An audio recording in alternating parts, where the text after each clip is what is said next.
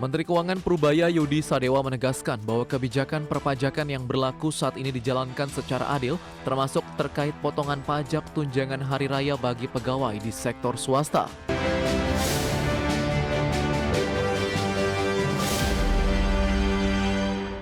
Pemirsa, Menteri Keuangan Purubaya Yudi Sadewa merespons sorotan publik mengenai perbedaan perlakuan pajak antara pegawai swasta dan aparatur sipil negara.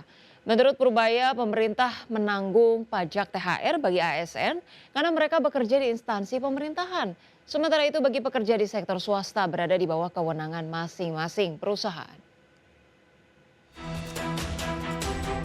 Menteri Keuangan Purubaya Yudi Sadewa menegaskan bahwa kebijakan perpajakan yang berlaku saat ini dijalankan secara adil, termasuk terkait potongan pajak tunjangan hari raya bagi pegawai di sektor swasta. Pernyataan ini disampaikan merespons sorotan publik mengenai perbedaan perlakuan pajak antara pegawai swasta dan aparatur sipil negara. Menurut Purubaya, pemerintah menanggung pajak THR bagi ASN karena mereka bekerja di instansi pemerintahan. Sementara itu bagi pekerja di sektor swasta, kebijakan terkait tunjangan dan fasilitas lain berada di bawah kewenangan masing-masing perusahaan. Menkyu menjelaskan bahwa kondisi tersebut membuat perlakuan pajak terhadap THR di sektor swasta berbeda dengan ASN. Oleh karena itu, jika ada keberatan dari pekerja swasta terkait pemotongan pajak, aspirasi tersebut sebaiknya disampaikan kepada manajemen perusahaan. Itu proses seperti itu kita menjalankan itu pajak yang cukup fair. Pemerintah untuk ASN ditanggung sendiri kan bosnya. Jadi kalau swasta protes ke bosnya juga.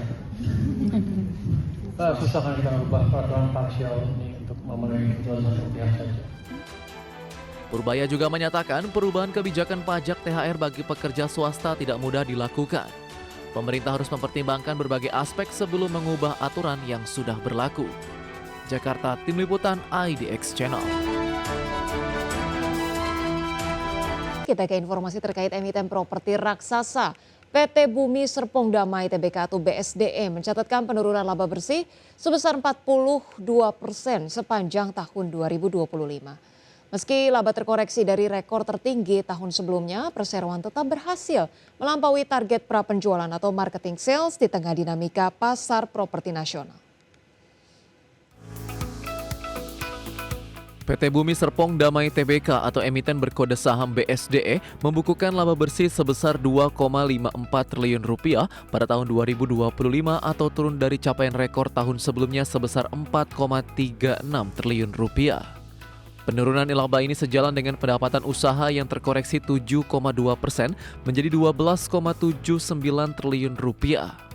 Pihak manajemen menyebut penurunan porsi pendapatan berulang atau recurring income menjadi 14% turut menekan margin laba bersih perseroan ke level 20%. Di tengah penurunan laba, BSDE justru mencatatkan performa positif pada angka prapenjualan atau marketing sales yang menembus 10,04 triliun rupiah. Angka ini sedikit melampaui target awal perusahaan dan tumbuh 3% dibandingkan tahun 2024. Kontribusi terbesar berasal dari segmen residensial yang menyumbang 42% pendapatan, disusul segmen komersial sebesar 37% yang mencerminkan kuatnya permintaan terhadap portofolio produk perseroan. Kawasan mandiri BSD City tetap menjadi tulang punggung utama dengan kontribusi 69% terhadap total penjualan. Sejumlah proyek unggulan seperti Nava Park hingga klaster terbaru Via Raya menjadi penerop utama capaian tersebut. Direktur BSDE, Hermawan Wijaya menyatakan bahwa diversifikasi kawasan keluar BSD City seperti Grand Wisata Bekasi dan Kota Wisata Cibubur terbukti efektif dalam menjaga ketahanan kinerja perseroan di pasar properti tanah air. Berbagai sumber IDX Channel. Pemirsa, emiten pelayaran PT Samudra Indonesia Tbk melihat peluang kenaikan tarif angkutan laut di tengah memanasnya kondisi geopolitik global. Perubahan rute pelayaran akibat resiko konflik dinilai dapat memberi ruang bagi perusahaan pelayaran untuk menyesuaikan tarif angkutan. Emiten pelayaran PT Samudra Indonesia Tbk melihat peluang kenaikan tarif angkutan laut di tengah memanasnya kondisi geopolitik global. Menurut manajemen SMDR, risiko konflik di sejumlah wilayah internasional membuat sejumlah kapal harus mengubah rute pelayaran. Perubahan jalur ini dapat meningkatkan biaya operasional dan waktu pengiriman barang. Kondisi tersebut membuka peluang bagi pelaku industri pelayaran untuk menyesuaikan atau menaikkan tarif angkutan. Terutama karena kapasitas angkut dapat terbatas sementara permintaan pengiriman barang masih terjaga.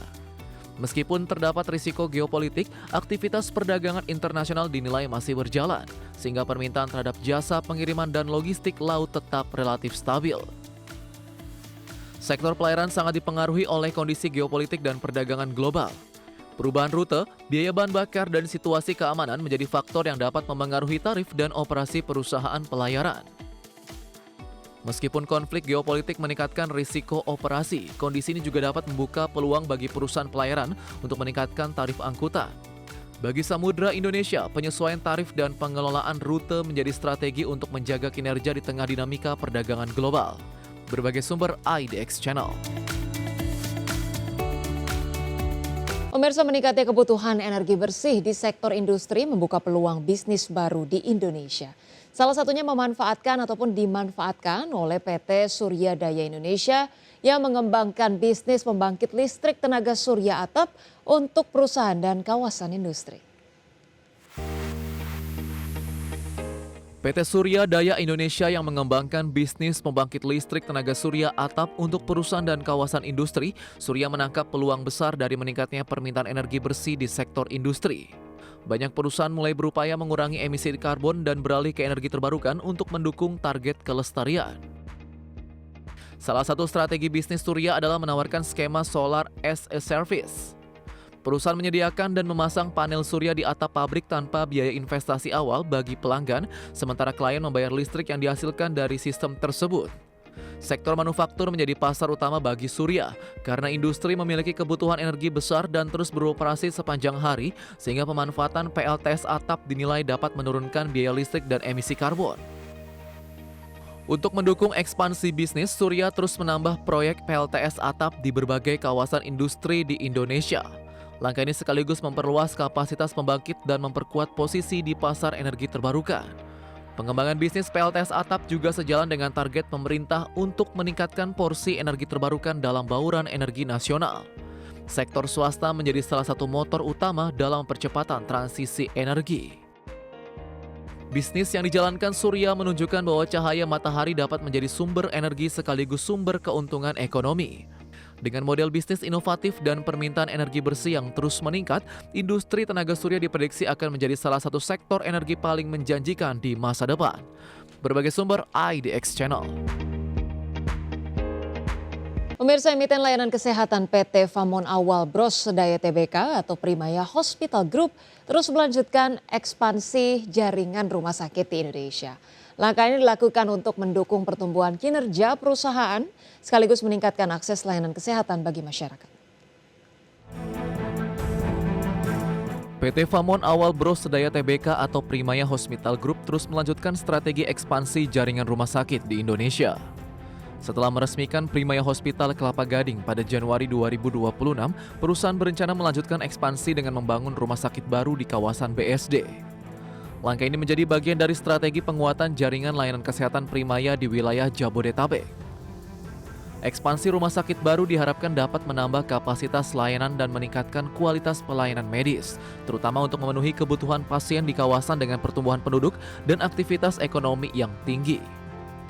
Manajemen menilai penambahan fasilitas rumah sakit baru dapat menjadi salah satu motor pertumbuhan pendapatan perusahaan di tengah prospek industri kesehatan yang masih positif di Indonesia.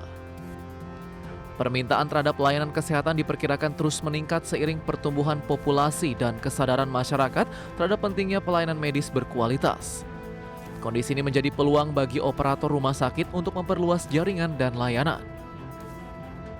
Langkah Primaya Hospital dalam memperluas jaringan rumah sakit menunjukkan strategi agresif di sektor layanan kesehatan. Dengan penambahan fasilitas dan peningkatan kapasitas layanan, perusahaan berupaya memperkuat posisi di industri rumah sakit nasional sekaligus menjaga pertumbuhan bisnis di masa depan. Berbagai sumber IDX Channel.